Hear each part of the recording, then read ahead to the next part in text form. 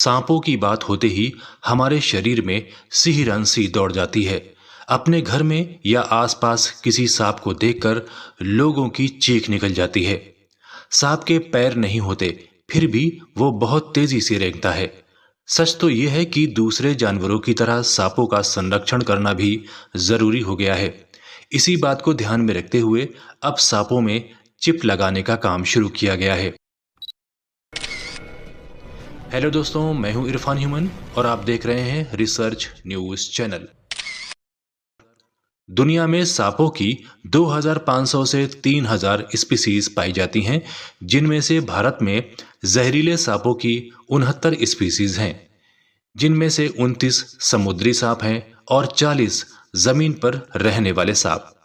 आइए आज आपको ले चलते हैं भोपाल मध्य प्रदेश के स्नेक गार्डन में, जहां तरह तरह के सांप देखने को मिल सकते हैं।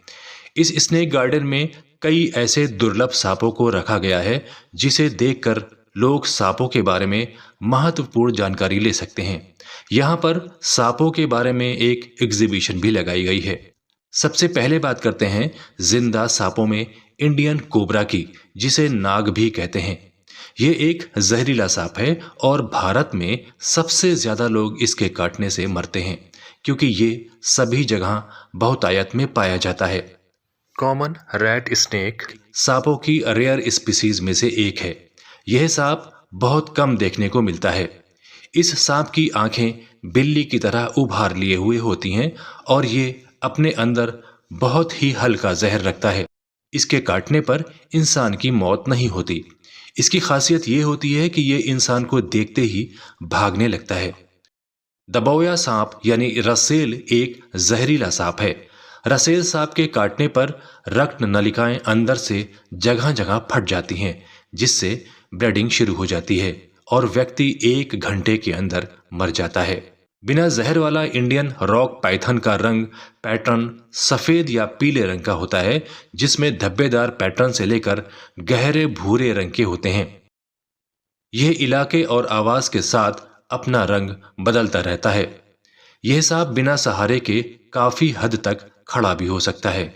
इसके अलावा आपको यहाँ देखने को मिलेंगे अर्थपुआ, दुबई सांप यानी 2 मुहा, कॉमन ट्रिकेट और पनियल जैसे सांप। 2003 में वन्यजीव संरक्षण अधिनियम में संशोधन हुआ और इसके बाद पाले हुए जंगली जानवरों के बारे में जानकारी देना जरूरी हो गया।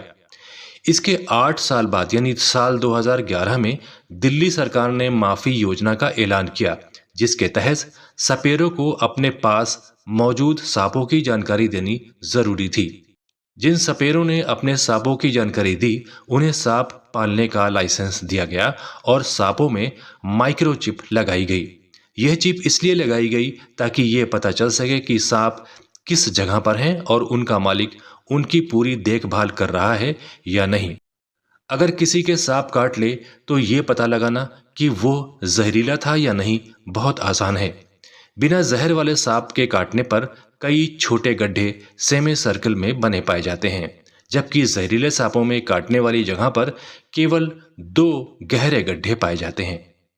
आइए अब इस विषय पर ज्यादा जानकारी के लिए आपको ले चलते हैं वाराणसी के सर्प विशेषज्ञ डॉक्टर अरविंद मिश्रा के पास। गर्मी का महीना आ गया है और सांपों की गतिविधि अब बढ़ रही है।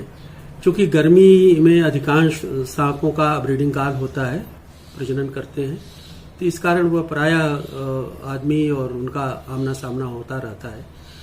तो इसलिए कुछ सावधानियां बरती जानी है, क्योंकि भारत में सांपों से मरने वालों की संख्या बहुत अधिक है। करीब 50,000 लोग प्रतिवर्ष सांप काटने से मर जाते हैं, जो कि पूरे विश्व में जितने सर्पदंश के मामले होते हैं लगभग आधे मामले भारत में होते हैं।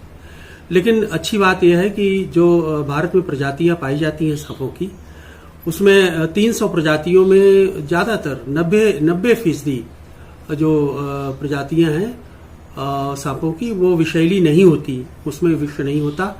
आमतौर पर 4 सांप जो हैं वो भारत के, जिनको बिग 4 कहते हैं, कोबरा, करैत, रसेल वाइपर और साई स्केल्ड वाइपर, ये चारों खतरनाक होती हैं और इनके काटने पर मृत्यु हो सकती है अगर एंटीवेनम का इंजेक्शन उनको समय से नहीं मिला, तो उनको मृत्यु हो सकती है।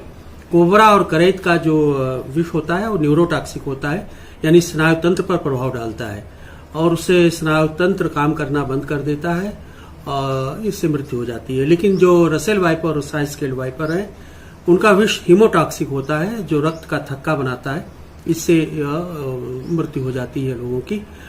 इसलिए सर्पदंश की घटना के समय ज्यादा इधर उधर समय बर्बाद करने के बजाय जड़ी बूटी या झाड़ फूक के बजाय सीधे ऐसी जगह पहुंचना चाहिए कुशल चिकित्सक के पास जहां एंटीवेनम चिकित्सा उपलब्ध हो, या जिला अस्पताल है वहां जाइए। वहां पर अनिवार्य कर दिया गया है सर्विस का जो एंटीवेनम होता है सरकार द्वारा है कि उसको रखा जाना अनिवार्य है, तो वहां पर आपको एंटीवेनम चिकित्सा सर्पदंश पीड़ित को मिल जाती है और वहां उसका वो शर्तिया इलाज है एंटीवेनम चिकित्सा। तो हमेशा ध्यान रखें कि सर्पदंश के समय कभी भी इधर उधर समय बर्बाद न करें, क्योंकि समय बहुत ही क्रिटिकल है, उसमें कीमती है। सीधे एंटीवेनम चिकित्सा के लिए जाएं। इस स्टोरी पर आपकी राय हमें कमेंट करके जरूर बताएं। अगले एपिसोड में हम फिर मिलेंगे एक नई जानकारी के साथ।